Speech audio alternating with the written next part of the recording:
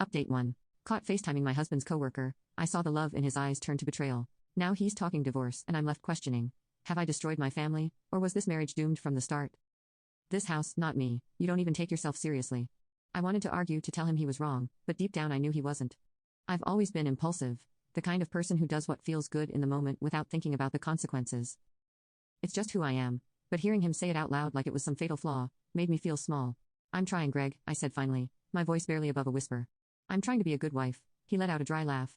Trying? You don't even know what that means. A good wife doesn't disrespect her husband like you do. A good wife doesn't spend all day on her phone while her kid is eating frozen waffles and playing video games. You don't get to say you're trying when you've been doing the bare minimum for years. That hurt, but I didn't let it show. Instead, I crossed my arms and said, well, maybe if you paid more attention to me, I wouldn't have to go looking for it somewhere else. The second the words left my mouth, I knew I'd gone too far. Greg's face went completely blank, and for a moment I thought he might actually walk out the door. Instead, he just looked at me and said, you really don't see it, do you? You don't see how much damage you've done. Then he walked past me up the stairs and into the bedroom, slamming the door behind him. I stood there for a while, staring at the spot where he'd been, feeling a mix of anger and shame. How did we get here? How did I become this person? And more importantly, how do I fix this? Or maybe the better question is, do I even want to fix it? Greg didn't talk to me the next morning. He got up early like he always does, showered, dressed and left for work without a word. The silence was suffocating. I wanted to say something, anything, but what could I say? He was still furious, and I didn't want to make it worse, so I just stayed in bed scrolling through my phone like I always do, pretending everything was fine when it obviously wasn't. But everything came crashing down when he got home at night. I heard the door slam harder than usual, and my stomach instantly dropped. My son was in his room with headphones on, oblivious to what was happening, which was a small relief.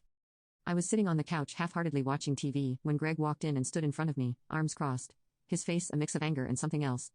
Disappointment maybe. It was worse than anger. We need to talk, he said, his voice low but firm. My chest tightened. This wasn't going to be good. Okay, I said softly, sitting up straighter. What's wrong? He let out a bitter laugh. What's wrong? Seriously, Mandy, you really have to ask? He shook his head and sat down in the chair across from me, not even bothering to look at me. I've been thinking about this all day and honestly, I don't even know why I'm still here. I don't know why I've been trying so hard to make this work when you clearly don't care. That's not true, I said quickly, but he cut me off. Don't, he said sharply. Just don't. I'm done listening to your excuses. You don't care, Mandy. If you cared, you wouldn't be doing this. You wouldn't be FaceTiming my coworker while the house is a disaster. You wouldn't be lying around all day while I'm out there busting my ass to give you and your son a life. Do you even realize how pathetic this is? How pathetic you've become?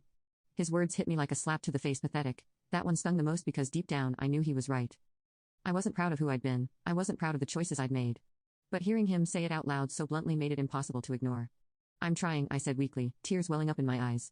I know I've messed up, but I'm trying. Greg leaned forward, his elbows resting on his knees as he looked me dead in the eye. No, Mandy, you're not trying. You've never tried. You just sit around feeling sorry for yourself and blaming everyone else for your problems. You don't take care of the house. You don't take care of yourself. And you definitely don't take care of this marriage. You've been coasting, and I've been the idiot letting you get away with it. I started crying, not just because of what he was saying, but because it was all true. I couldn't even argue with him. I wanted to say something to defend myself, but the words wouldn't come. All I could do was sit there sobbing like a child. And you know what's worse? He continued, his voice quieter now but no less sharp. I married you because I thought I was saving you. I thought I was giving you and your son a better life, but look at what you've done with it. You've thrown it all away. You've ruined everything, Mandy. And I can't keep doing this. What are you saying? I asked, my voice barely audible through the tears. I'm saying I want a divorce, he said, his tone flat and emotionless. I can't live like this anymore. I can't keep pretending like you're going to change when you clearly don't want to. You've made it clear that you don't respect me, this house, or this marriage, and I deserve better. The word divorce hit me like a ton of bricks. I felt like the air had been sucked out of the room. You don't mean that, I said, shaking my head. You're just mad. We can fix this. I can fix this. Greg stood up, towering over me. Fix this, he repeated, his voice dripping with disbelief. You can't even fix yourself. Mandy, look at you. Look at how you live. Do you have any idea how embarrassing it is to come home to this every day? To see the woman I married turn into this? He gestured at me, and I knew he meant more than just the messy house. He meant me. My appearance, my attitude, everything. I broke down completely then, the weight of his words crushing me. I'm sorry, I sobbed. I'm so sorry. Please, Greg, don't do this. Don't leave me. Don't leave us. He sighed and ran a hand through his hair, looking more tired than angry now. I've been saving you for years, Mandy, but you can't save someone who doesn't want to save themselves, and I can't do this anymore. I'm done.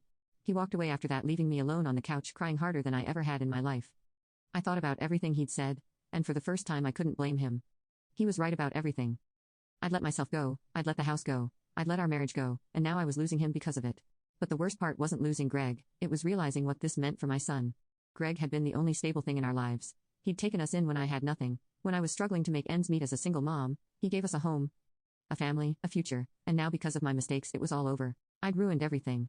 The days after Greg said he wanted a divorce were a blur of shame, regret, and desperation. He didn't pack his bags and leave right away, probably for the sake of my son, but it was clear he was just biding his time. Greg wasn't the same man anymore. He barely spoke to me, didn't make eye contact, and only stayed in the same room as me if he absolutely had to. Every moment in the house was tense, like living with a stranger who couldn't stand the sight of me. At night things were worse. I tried everything to bridge the gap between us. I put on makeup before bed, bought new lingerie, and even cooked his favorite meals. Things I hadn't done in years. I thought if I could just remind him of the woman he fell in love with, maybe I could stop him from leaving, but he wasn't having it. One night, I waited until I knew he'd be in bed. I slipped into something lacy and sat next to him, brushing my fingers against his arm. "Greg," I said softly, my voice shaky, "can we just try, please?" He didn't even turn to look at me. "Don't," he said coldly, pulling his arm away. "I'm not interested." I swallowed hard, trying to keep the tears from spilling over. "Greg, come on, we can fix this, I can fix this. Just give me a chance." He sat up then, looking at me with a mixture of anger and exhaustion. "A chance? Mandy, I've given you a million chances, and you've wasted every single one of them. Do you think I'm stupid, that I'd forget what you did because you decided to play house for a week? I don't love you anymore, I don't even like you. You're not the woman I married." His words felt like daggers, but he didn't stop there.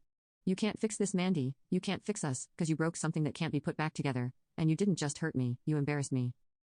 Do you have any idea what it's like to walk into work and have everyone know my wife was FaceTiming one of my coworkers behind my back? Brad won't even look at me now, and everyone else is whispering about it. You made me a joke." I couldn't respond. There was nothing I could say to make it better. The worst part was he wasn't wrong.